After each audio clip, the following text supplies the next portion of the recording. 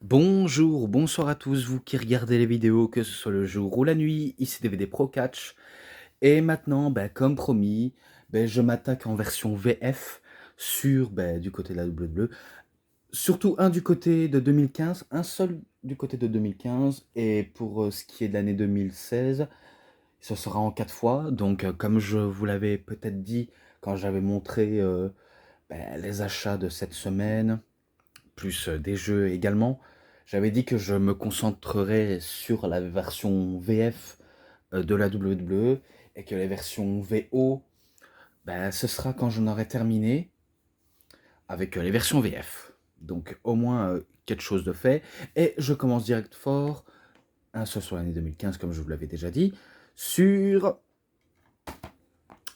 Survivor Series 2015 pour les 25 ans de carrière de l'Undertaker et que maintenant il a plus d'une trentaine d'années de carrière et qu'il est maintenant Hall of Famer et que on le remerciera forcément jamais assez pour avoir fait des bonnes choses dans sa carrière ou des mauvaises. Bref, c'est pour le kiff.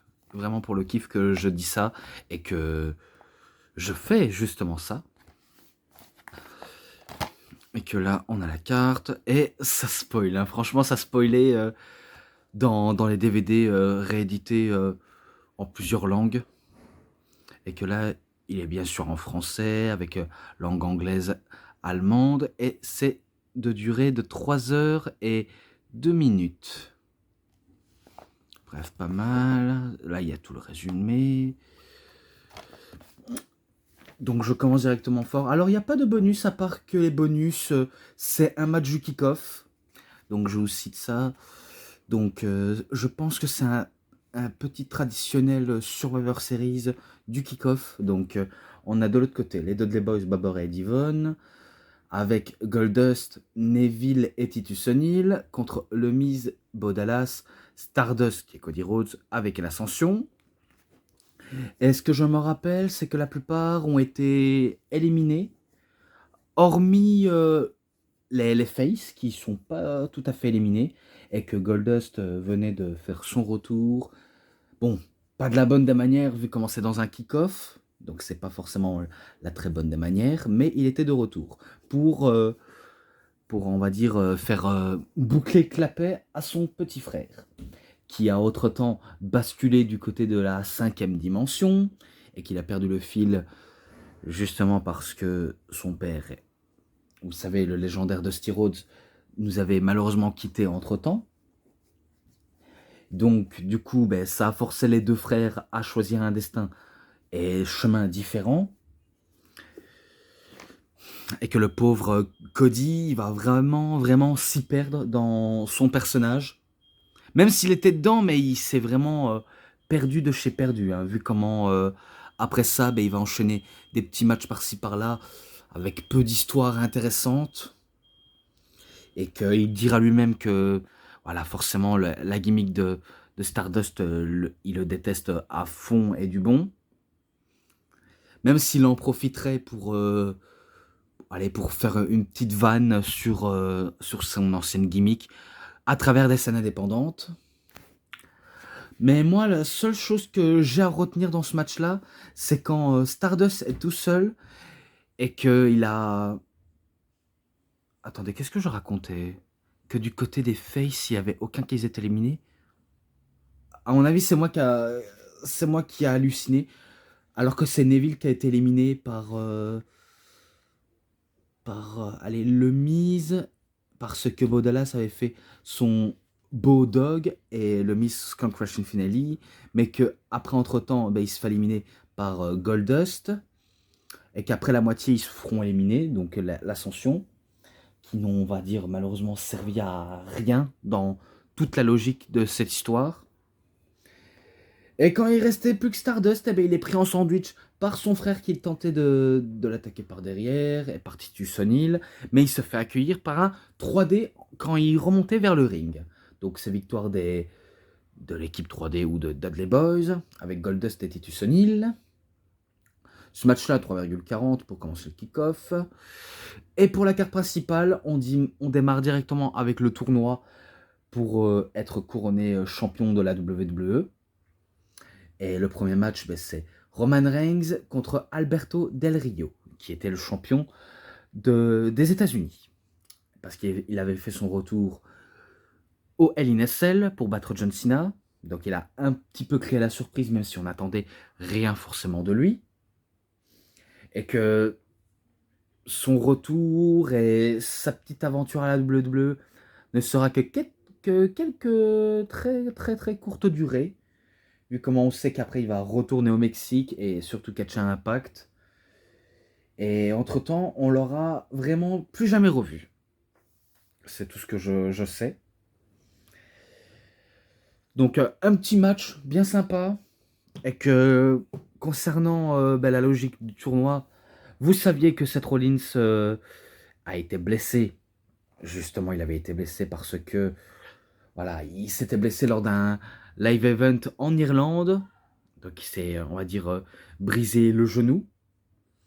Et qu'il devait se faire rapidement opérer. Et après qu'il avait fini d'être opéré, il reprendrait du service en 2016.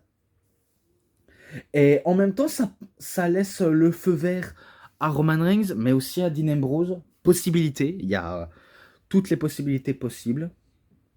Même si Ambrose n'aura pas forcément plus de chance que Roman. C'est ça mon seul et unique ressentiment.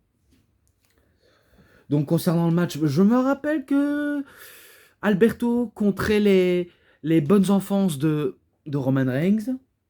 Notamment essaie de dégainer son Superman Punch, mais il le voit à des petits kilomètres. Voilà, il déjoue, il décontre tout ce que Roman Reigns veut lui offrir. Et bien sûr, Roman Reigns était encore face à cette période-là. Qu'il était sous les applaudissements ou sous les huées de la foule. Donc voilà, et ça se jouait sur du côté face et côté heel. Alors que le côté heel, il n'avait pas encore réveillé son côté heel. Mais bon, il était face malgré que la plupart avaient du mal à s'y accrocher. Alors que moi, personnellement, j'aimais bien. J'aimais bien Roman Reigns, même qu'il était face un petit peu forcé. Mais bon, c'est pas non plus à cet instant-là, on doit le détester à tort et à travers. Et en plus, par l'autorité, il lui avait fait une proposition, Triple H, à Roman Reigns, qu'il n'était pas obligé de participer durant tout le long du tournoi et d'y aller directement juste à la finale pour faciliter la tâche pour être dans le main event pour le titre. Un truc que Roman Reigns refuse. Il refuse d'être déjà mis dans le main event comme ça, sans avoir affronté ses adversaires, car il était quelqu'un de juste, quelqu'un qui respectait les règles. Maintenant, ce n'est plus du tout le cas. Maintenant, c'est le chef de tribu et il fait ce qu'il veut. Bon, après, tout le long du match, et que Del Rio a tenté de faire sa fameuse prise, le stomp de la 3e corde, alors que voilà, Roman, il était en position du cochon pendu, et qu'il a voulu le stomper de la 3e corde, mais heureusement, il esquive, et il détourne aussi le Juji Katame, le Cross Arm Breaker. Et un truc que j'avais oublié de dire sur Del Rio, c'est qu'il était accompagné par Zeb Colter, qui tentait de créer version, on va dire, Amérique latine. Donc Mex America. Et que leur association était courte durée, qui n'a pas duré longtemps. Et qu'il en soit ainsi, franchement qu'il en soit ainsi.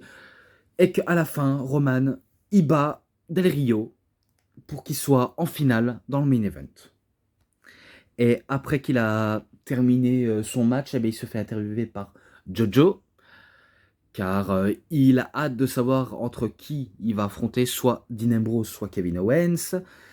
Et c'est là où Ambrose arrive et qu'il le check en disant « Ouais, ça va frère ?»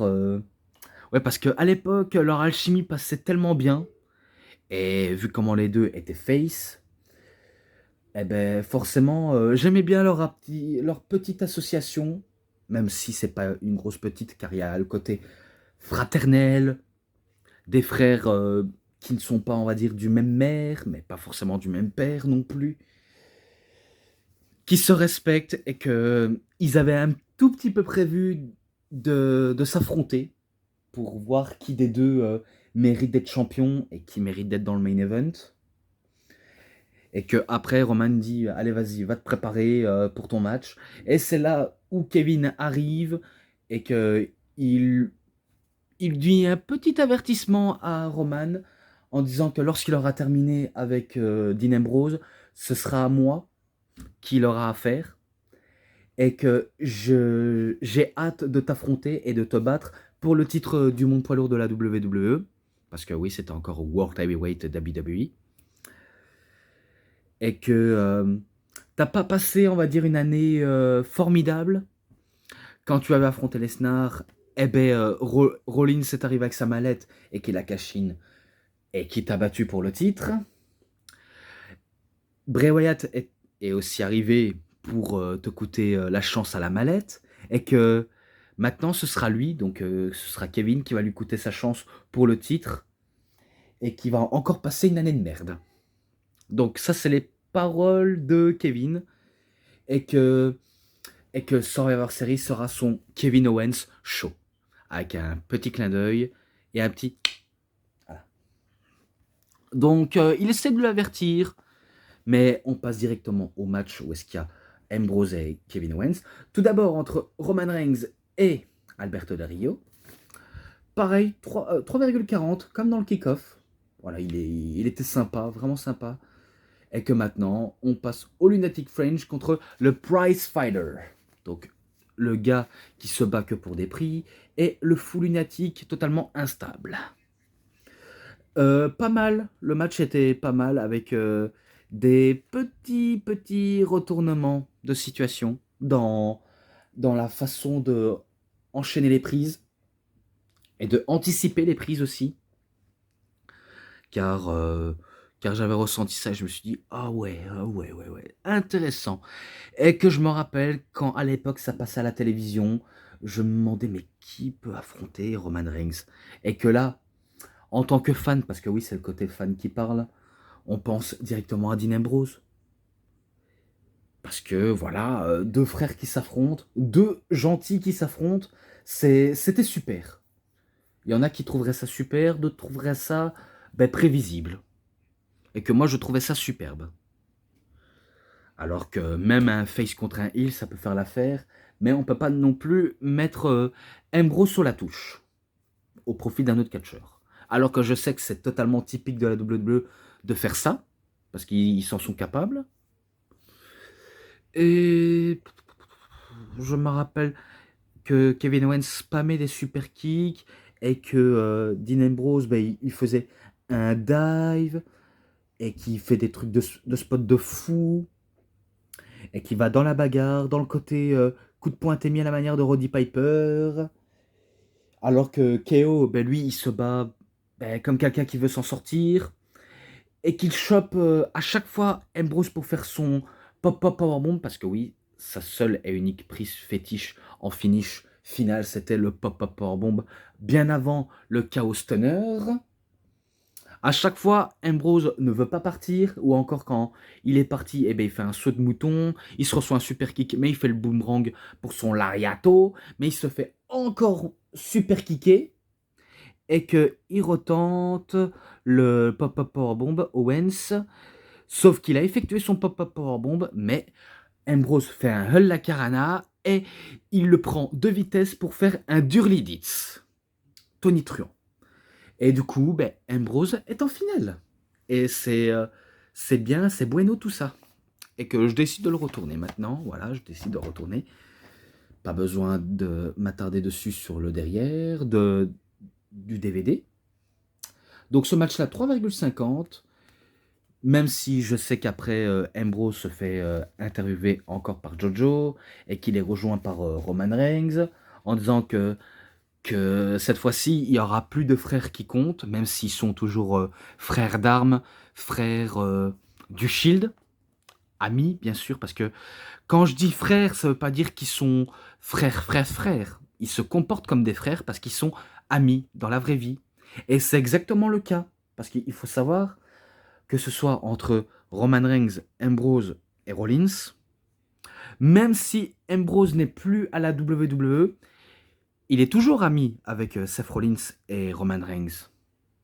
Mais en privé, donc tout ça c'est privé, et que chacun réussisse dans son domaine, du fait qu'on les suit de près ou de loin, pour moi c'est la chose la plus importante. Selon moi c'est très important parce que souvent il y en a qui méprisent une autre fédération parce que son catcheur préféré n'est plus dans la fédération qu'ils aiment regarder. Parce que je sais qu'il y en a qui sont purs made in WWE. Et récemment, ben, j'avais fait... enfin, un message était survenu de... Je sais pas si tu vas te reconnaître comme pseudonyme, mais ça me rappelle le nom de Death Note dans un manga. Light Yagami Kira, Dieu Tout-Puissant, qui a fait, si je crois bien, deux trois messages qui m'ont bien plu et que j'ai très bien parlé avec lui et que voilà, j'étais obligé d'expliquer que oui, j'adore toutes les fédérations et qu'il n'y a pas que la WWE qui compte parce que certes, quand je dis que ma chaîne c'est 100% DVD de catch, c'est 100% DVD de catch. Je ne suis pas comme Axel de WWE Fan France parce que lui, pas que je le déteste, Axel. Je ne dis pas que je le déteste. C'est juste que, voilà, lui, ça se voit que il est fait pour être made in WWE. Je vois très mal Axel euh, aimer tout ce qui est circuit indépendant, aimer la Impact, la AEW, même si il nous dit qu'il regarde parce que c'est CM Punk, parce qu'il y a quelques catcheurs qu'il apprécie. Mais d'un autre côté, je pense pas le croire sur parole.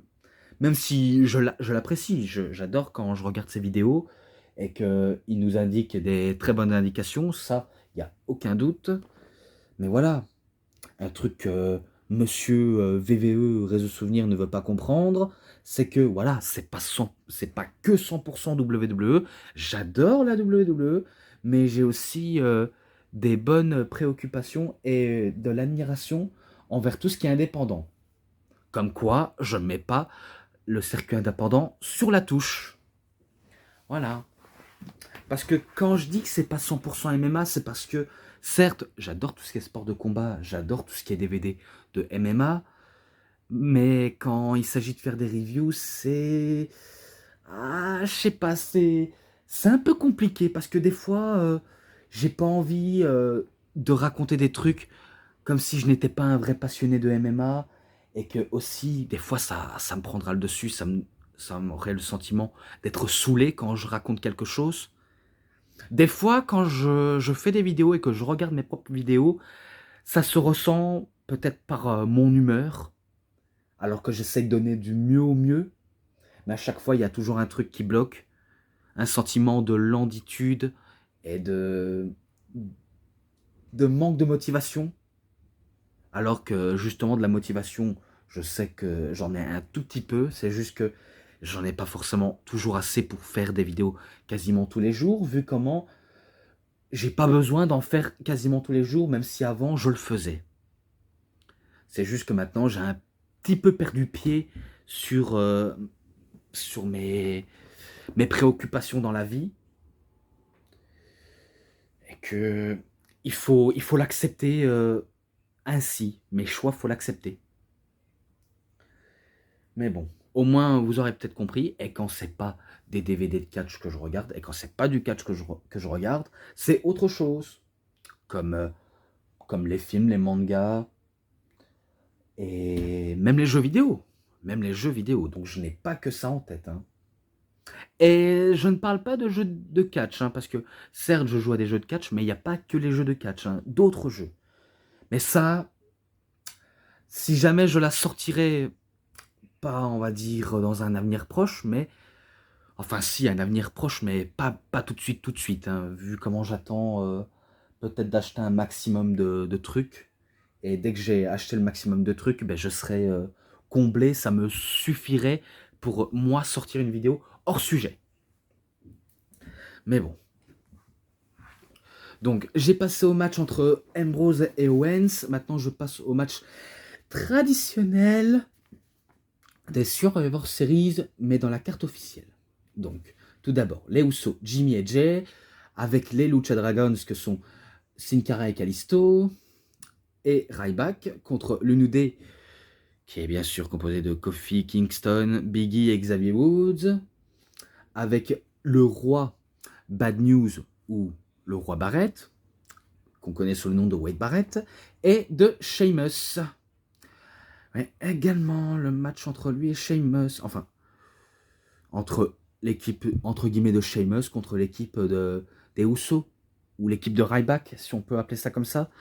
Alors un match traditionnel sur Survivor Series, certes, qui n'est pas forcément les plus mémorables, et que ce show, c'est pas comme si les matchs étaient les plus mémorables, je le reconnais, hormis les débuts du match, de la mid-card, entre Reigns, Del Rio, Ambrose et Owens, qui sont un petit peu mémorables, même s'il y en a qui se souviennent pas forcément, mais qui sont selon moi les plus mémorables, alors que le traditionnel match des Survivor Series n'est pas forcément gagné.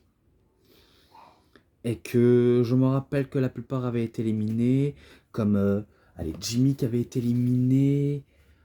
Il y a qui encore qui avait été éliminé Je crois que c'était que Jimmy ou alors Sin Cara. Et qui reste Jay, bien sûr qui s'appelait pas encore forcément comme slogan Main Event Jey Uso, mais il était parmi les survivants avec lui, Kalisto et Ryback. Alors que dans l'équipe de Sheamus, eh ben, il y avait Wade Barrett qui avait été éliminé en premier. Et quand Biggie a tenté de mettre fin à ses jours en faisant un spear entre les cordes comme faisait Edge, eh ben, il se blesse entre guillemets gravement. Je pense que c'est sous le coup du kayfabe. Donc le New Day est inquiet pour l'un des membres les plus forts, un élément justement déclenchant pour remporter des matchs, que c'est Biggie. Donc ils sont inquiets, ils peuvent pas continuer le match sans Biggie et décident de l'accompagner au vestiaire et d'abandonner le match. Donc oui, Kofi et Biggie et Xavier ont décidé d'abandonner le match et de laisser Sheamus comme un con. Alors que Sheamus, il avait encore sa dégaine de crête comme si c'était un coq. Et que à chaque fois les gens n'arrêtaient pas de le scander qu'il a l'air stupide, et que lui sa manière de répondre c'est prendre le micro en disant qu'il n'a pas l'air stupide, car ça lui va très bien, et qu'il dit à chaque fois aux gens toi t'es stupide, toi t'es stupide, toi t'es stupide, toi t'es stupide. En vrai, c'est vrai que ça lui allait pas du tout très bien. Cette crête, franchement, je préférais pas du tout. Même si dans la vie, il faut bien, on va dire, évoluer. On va pas rester toujours le guerrier celte avec la même coupe. Mais heureusement qu'il a gardé la même coupe qu'à l'époque. Mais plus la crête. Franchement, plus la crête. Et c'est une bonne chose pour certains. Il y en a qui diront, ouais, mais entre-temps, il a pas changé d'un pouce. Donc il se retrouve seul, voilà, entre guillemets, il se retrouve tout seul, même s'il doit gérer contre l'équipe adverse, même si c'est pour de courtes durées. Il se mange des multiples finishers, enfin entre guillemets, hein, parce que je me rappelle qu'il s'est subi un super kick et une tijuana, encore des super kicks de la part de Jey Uso, et qui se fait embarquer dans le shell shock de Ryback. Donc Ryback élimine en dernier Sheamus. Et ce match-là avait 3,50, même s'il n'est pas mémorable. Je ne vais pas vous le mentir, il n'était pas si mémorable que ça. Donc voilà, comme j'ai dit, 3,50. Et maintenant, match pour le titre des Divas. Oui, parce qu'à l'époque, le titre des Divas existait encore. Et qu'heureusement, ça n'existe plus. Donc entre Charlotte, ou Charlotte Flair pour les plus intimes, contre Paige, qu'on connaît maintenant sous le nom de Saraya à la AEW. Et petite anecdote, c'est un truc que même moi je le savais pas. Ou alors peut-être que ça m'a échappé, mais que j'ai, on va dire, pas eu la réflexion de savoir d'où ça venait. Eh bien, il fallait savoir que le nom de Saraya, c'était le nom de famille ou le prénom de la maman de Paige. Et que elle-même était une grosse une grande catcheuse en Angleterre, comme son père, ses frères aussi. Parce que oui, la famille de Paige sont une famille de catcheurs et que ce sont des catcheurs 100% anglais. Mais je pense pas qu'ils ont été à la WWE pour catcher ou à la EW ou à EW, qu'est-ce que je raconte? Ou à la WCW ou la Impact. Enfin, difficile à savoir. Alors que, voilà, on connaît Charlotte, on sait qu'elle est là grâce à son père, parce que son père a une grosse notoriété dans le catch, et que, voilà, en tant que Flair, on privilégie la plupart de leurs enfants à avoir un avenir meilleur au sein de l'industrie, et qu'elle est devenue très vite championne entre-temps, alors qu'elle a été aussi championne de la NXT jusqu'à ce qu'elle perde dans un match à 4 où il y avait Sasha Banks, Becky et Euh, c'est à 4 ou... Non, à 3 peut-être. Peut-être à 3. Oh, je me rappelle plus. Putain, je me rappelle plus. Ouais, tant pis, c'est pas grave. Vu comment je sais bien que j'avais fait une review récemment sur... enfin, récemment, entre guillemets, sur la NXT, mais bon, voulu pas que je me creuse les ménages et que ça dure 2 heures pour cette vidéo, car j'ai pas envie que dans ma tête ce soit la guerre. Donc, c'est là où la révolution féminin avait commencé et que lorsque Charlotte avait affronté Nikki Bella pour devenir championne des divas, elle la bat très vite et que c'est à ce moment-là, c'est devenu sa première des titres officiels dans le roster, même si elle n'en est pas sa première et que sa première c'est du côté de la NXT. Et que après, ben, l'équipe PCB se dégrade parce que Paige est totalement jalouse de Charlotte et qu'elle va commencer à le prendre de haut, un petit peu la prendre comme si c'était encore une novice et que contrairement à elle, contrairement à Charlotte, que Paige, elle s'est battue toute sa vie pour être là où est-ce qu'elle en est aujourd'hui et qu'elle est devenue la toute première championne de la NXT à seulement 19 ans et que après elle allait dans le roster principal pour devenir championne des divas à seulement 20 ou 21 ans. Donc ça fait de elle, dans les deux rosters différents, la plus jeune championne de l'histoire. Et qu'aujourd'hui, ben, elle détient encore le record, même si je sais que la WWE a la fâcheuse tendance d'oublier qui a été le plus jeune champion. Un peu comme ils avaient fait avec Brock Lesnar à un temps. Mais bon, tout ce que je sais, c'est que actuellement, on peut dire la plus jeune championne de la NXT dans notre ère moderne, c'est Roxanne Perez. Même si, voilà, elle n'a pas battu le record officiel de Paige, parce que Paige c'est seulement 19 ans et que elle, c'est 21 ans. Mais fait partie quand même de la liste des plus jeunes championnes. Voilà, Roxanne Perez fait partie des plus jeunes championnes actuelles, mais qu'elle n'est pas le première. Elle en est, on va dire, entre guillemets, la deuxième. Donc, elle s'en prend à Charlotte verbalement, mais aussi à Becky en disant que toute sa vie, enfin, durant toute sa carrière, on va dire qu'elle va servir à pas grand-chose. Elle est là pour servir de balai, enfin de valet pour ses coéquipières, tout en restant la dernière de la file. Sauf que voilà, on sait que le contraire est arrivé. Becky a explosé et qu'elle est devenue Daman. Et qu'elle a plus, on va dire, trop de choses à prouver, même si elle en a encore quelque chose sous le capot pour encore capturer un titre. Alors que Paige, je pense que son destin à la WWE va décider autrement, vu comment elle aura plus le droit à l'or du titre, que ce soit le titre féminin de Raw ou de SmackDown, et aussi on sait qu'entre-temps, elle se blessera. Et que maintenant, ben, elle est du côté de la EW, et on ne sait pas si elle va toucher de l'or. Très dur à dire, très dur à dire. Et que je me rappelle dans les promos qui suivaient entre elle et Charlotte, je me rappelle que voilà, elle commençait à mal parler du vieux de Charlotte, donc son vieux c'est son père, en disant qu'elle est là parce que son père est là, et que sans Ric Flair, elle n'existerait pas à la WWE. Elle n'aurait pas fait carrière comme, comme un certain son petit frère, qui est Red Flair, qui, qui était décédé entre-temps, et que je me rappelle que la WWE avait ordonné à Paige de utiliser le nom du frère de Charlotte pour essayer de pimenter la rivalité, même si on va pas se mentir, la rivalité était très fade entre les deux femmes. Mais bon, ça servait à rien, ça servait strictement à rien d'ajouter quelqu'un qui n'est plus de ce monde pour pimenter. C'est un peu comme aujourd'hui ou bien avant avec Eddie Guerrero, alors qu'il n'était plus là, eh ben, on décide de rajouter encore du piment pour, euh, pour qu'il y a de l'œil, pour qu'il y a un certain buzz, un certain importance, quoi. Mais bon, ça c'est très mal joué de la part des compagnies comme la WWE. Et comme certaines compagnies, donc il y avait vraiment des choses qui sont pas très catholiques.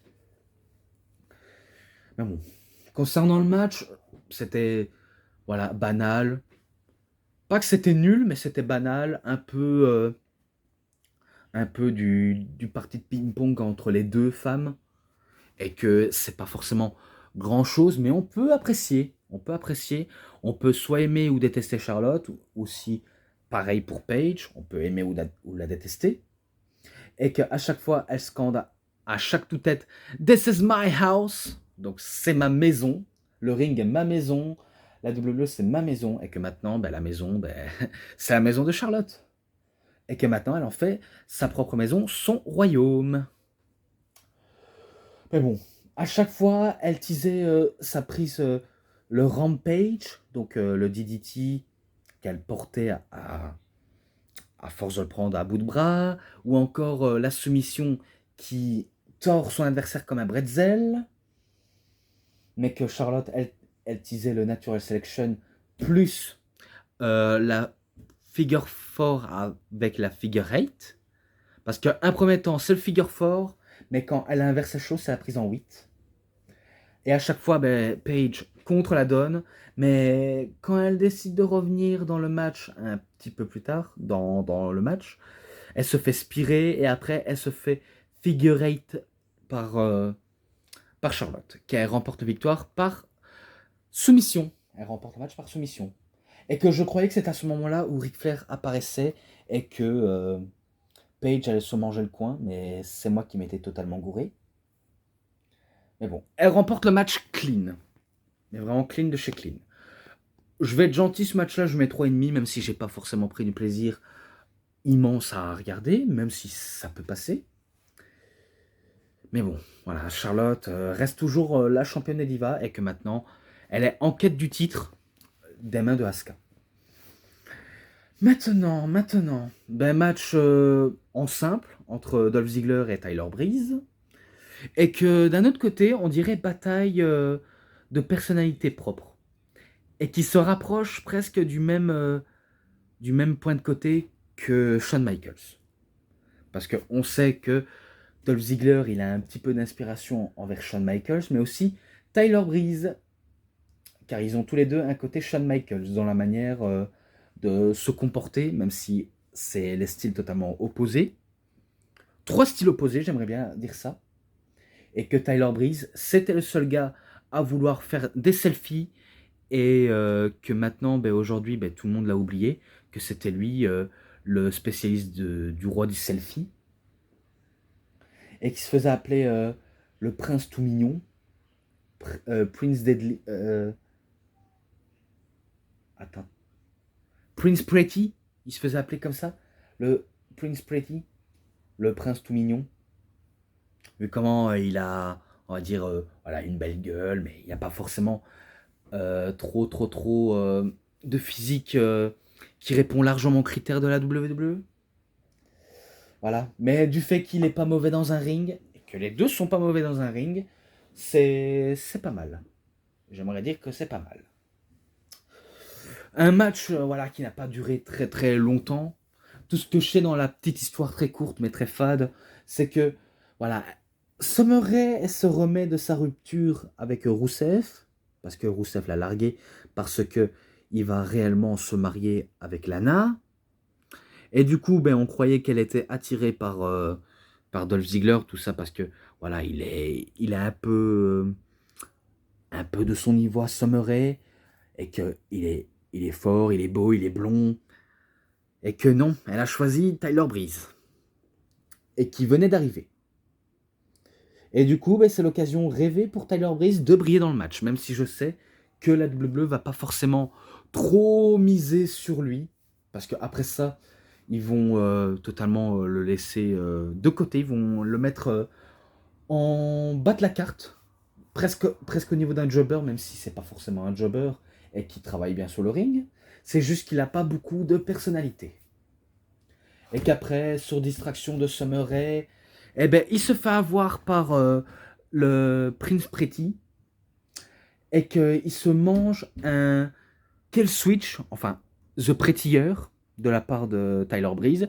Donc oui, il avait ça en finish, Tyler Breeze, il avait ça en finish, le The Prettier Kill Switch.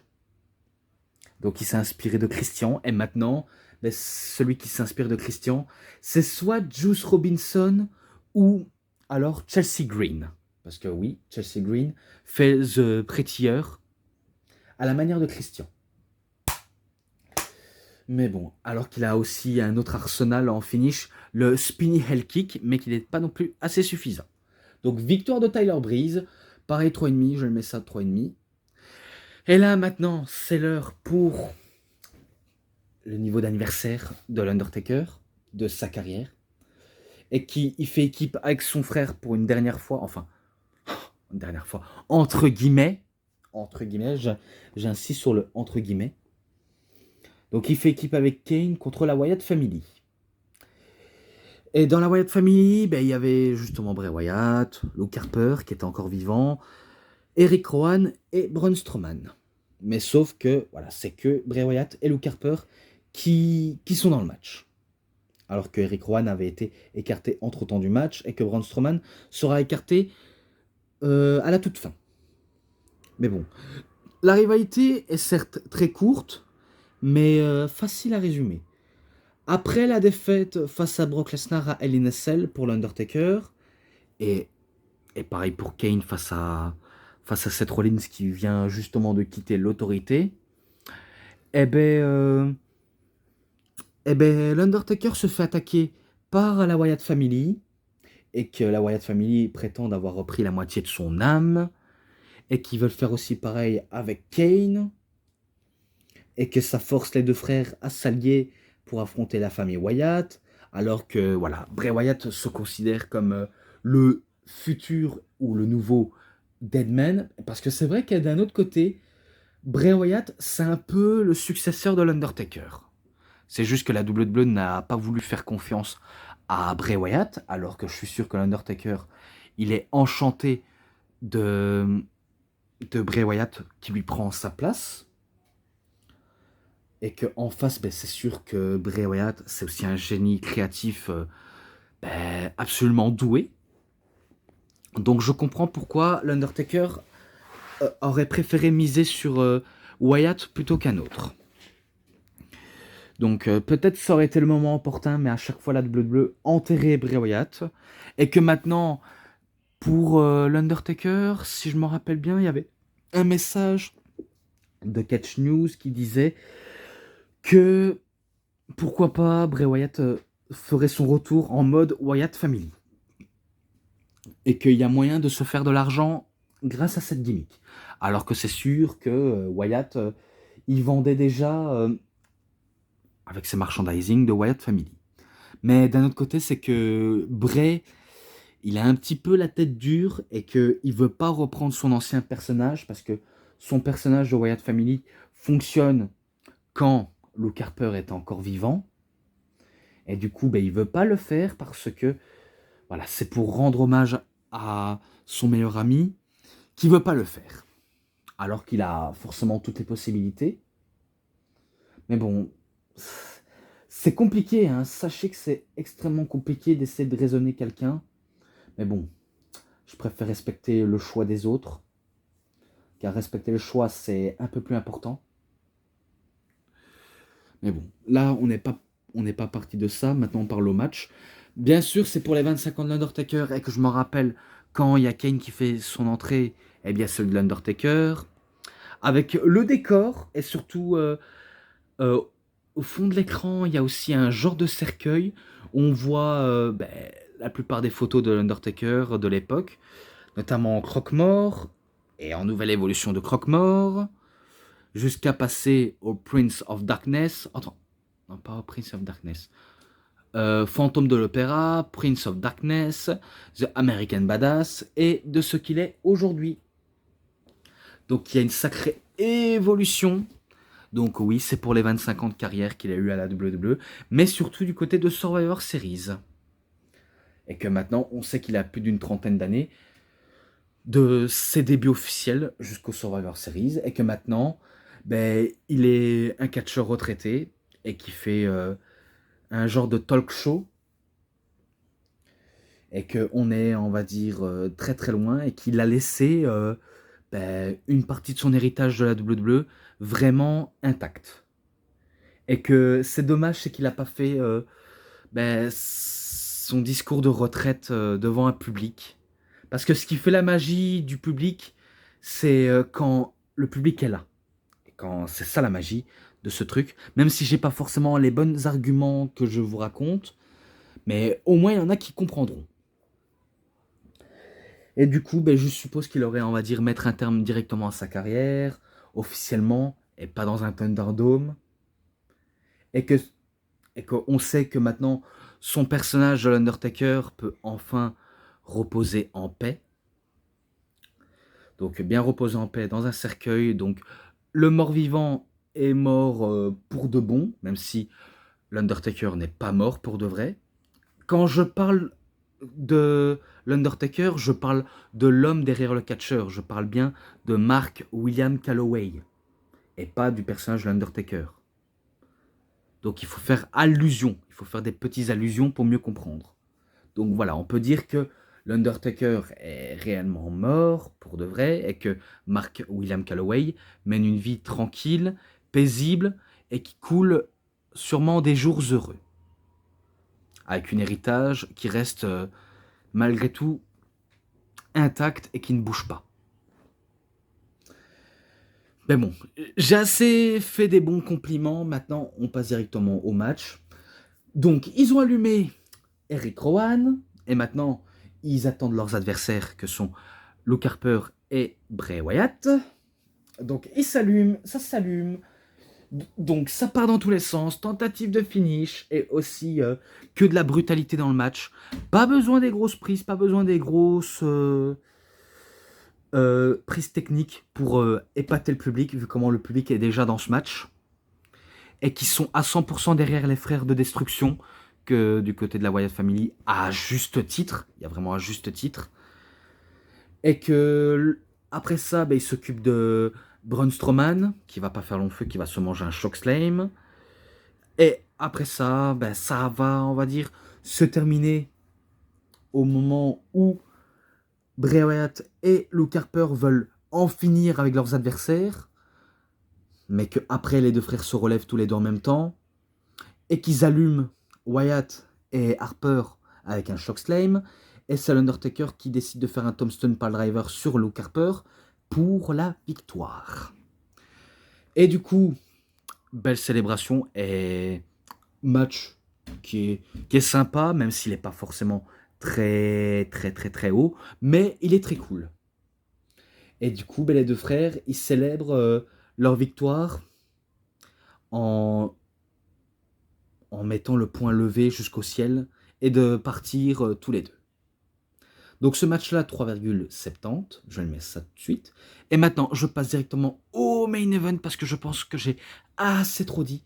Donc, Roman Reigns contre Dean Ambrose pour le titre. Donc, c'est enfin la finale. Et que les deux frères mettent leur ego de côté, ils mettent leur côté amitié, frère de côté, car maintenant, quand il y a un titre, il n'y a plus d'amis, il n'y a plus de frères qui comptent. Voilà. On veut se battre que pour l'or, qui attend son nouveau propriétaire. Donc, très bon match, très bon match, et qu'il est présent dans le coffret de Justice for All de The Shield. Donc les deux ça s'allume.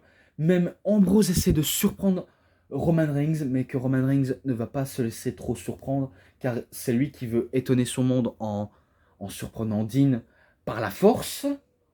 Mais à chaque fois, les deux, ils luttent pour leur survie. Et que je me rappelle cette image de deux mecs qui sont assis et qui se poussent en mettant une grosse poussette, un gros coup de poing tous les deux. Ça fait bim boum bam boum bam boum. Les deux ça s'enchaîne de coups. Et que même quand Ambrose avait l'avantage, Reigns il perd pas le nord et qu'il attend que Ambrose fait la diagonale du fou pour que celui-ci lui fait un spear. Alors que Ambrose s'était relevé d'un premier spear. Mais il se fait quand même inspirer. Donc c'est victoire de Roman Reigns qui remporte le titre et que c'est le premier de sa carrière qui remporte le titre parce que maintenant il n'en est pas son premier titre vu comment il en est 4 fois champion de la WWE et 2 fois champion universel et que maintenant c'est incontesté de la WWE universelle. Bref, maintenant on connaît la plupart du palmarès du Big Dog. Parce que oui, l'Empire romain s'appelait encore le Big Dog. Et j'en passe. Et maintenant, c'est le chef de tribu, le chef de table, le parrain, le mafieux. Ou encore celui qui anéantit ses adversaires et qui repart totalement fier comme un big boss. Bref, le moment le plus émouvant, vraiment le plus émouvant. Les deux confrères, ben, ils se serrent dans les bras. Et, euh, et Reigns, ben, il peut célébrer son titre avec le public partagé. Parce que oui, le public était très très partagé. Entre les applaudissements et les huées, c'était très partagé. Mais bon, très bon match entre les deux compères. Et ça pleuvait des confettis et des feux d'artifice. Mais après ça, la musique de l'autorité, notamment de Triple H, qui retentit, qui décide de serrer la main à Roman Reigns, mais sauf que Roman Reigns ne veut pas lui serrer la main, et qui décide de spirer Triple H. Mais au moment où il a aspiré Triple H, eh ben Sheamus, alors que lui l'avait perdu plus tôt dans la soirée, décide de faire un énorme Brogue Kick sur Roman Reigns et qui décide de mettre sa manette en jeu pour le titre. Donc il perd pas de temps, il se couche directement sur Roman Reigns, mais Roman Reigns se relève de compte de 2, 99, et qu'il veut tenter son nouveau Brogue Kick, mais Roman Reigns, il esquive le deuxième Brogue Kick, mais il se reçoit un Brogue Kick quand même, et qui perd le match et le titre. Et que c'est là où Sheamus ne va pas perdre de temps en se vantant comme quoi Roman Reigns a perdu son titre en 5 minutes et 18 secondes, et qui va faire son petit slogan, voilà, banal, très banal même, et qu'on aura compris que Roman Reigns ne veut pas s'associer à l'autorité, mais que Sheamus décide de s'associer à l'autorité. Moi, je pense que Sheamus, c'était le plan D. Parce que il n'y a pas plusieurs plans B possibles. Parce que le plan A, c'était Batista. Le plan B, c'était Seth Rollins. Le plan C, c'était Brock Lesnar. Et le plan D, ben, c'est Sheamus, quoi. Parce qu'il n'y a pas de plan B. Il n'y a pas plusieurs plans B possibles, franchement. Et que vous imaginez bien que Roman Reigns, certes, il a tout fait pour lutter contre l'autorité, même si l'autorité, comme le dit toujours, gagne toujours à la fin. Et que d'un autre côté, l'autorité n'arrête pas de se vanter d'avoir toujours gagné à chaque point. Et que vous imaginez que Triple H ne vient pas pour Roman Reigns que pour féliciter, car il s'est aussi un peu anticipé l'attitude du Big Dog et que il avait tout, on va dire, planifié parce que il vient pas au ring sans avoir une idée derrière la tête. Donc il faut un minimum retenir du truc et c'est à ce moment-là, c'est sûr, on n'en croyait pas du tout. Et que celui qu'on traitait qu'il a de le look stupide remporte le titre sous les sous le public aussi partagé, hein, parce que d'un autre côté, ils n'apprécient pas toujours son look à Roman Reigns, enfin, son look à Roman Reigns, à Sheamus, pardonnez-moi, et qui, à l'autre côté, il y en a qui sont ravis de voir champion pour mettre un sacré coup dur à Roman Reigns, et de l'autre côté, ben, Roman Reigns, ben, il ne se remet pas, ben, parce que il a tout fait pour y arriver, et surtout pour capturer le titre, et que d'un seul coup, on lui arrache son rêve, on lui arrache le titre prématurément, et alors les larmes de joie et de bonheur se transforment des larmes de tristesse, de détresse et de colère à la fois. Et c'est dans les images comme ça que Roman Reigns décide d'aller au vestiaire, totalement triste et dépité, sans le titre. Pour l'entièreté du match, c'est 3,60 et que je décide de mettre fin à cette review directement. Donc, les matchs, le petit bonus qui est un kick-off, les segments promo et interview à l'ensemble, 4,20. Et que maintenant, je poursuivrai les autres DVD en review. Mais bon, je m'attaquerai sur le Royal Rumble 2016. Hop, je vous le montre, comme ça, voilà, vous serez, on va dire, avertis. Donc, c'est tout pour cette review, c'était DVD Pro Catch. J'espère que ça vous aura énormément bien plu. Et si vous avez aimé cette vidéo, vous savez ce qu'il vous reste à faire. Likez la vidéo, commentez, partagez, abonnez-vous à ma chaîne et cliquez sur la petite cloche pour avoir plus des notifications et des prochaines vidéos. Et moi je vous dis bonne journée, bonne soirée à tous, au revoir tout le monde pour une prochaine vidéo. A plus à tous les fans de catch. Allez, bye bye tout le monde.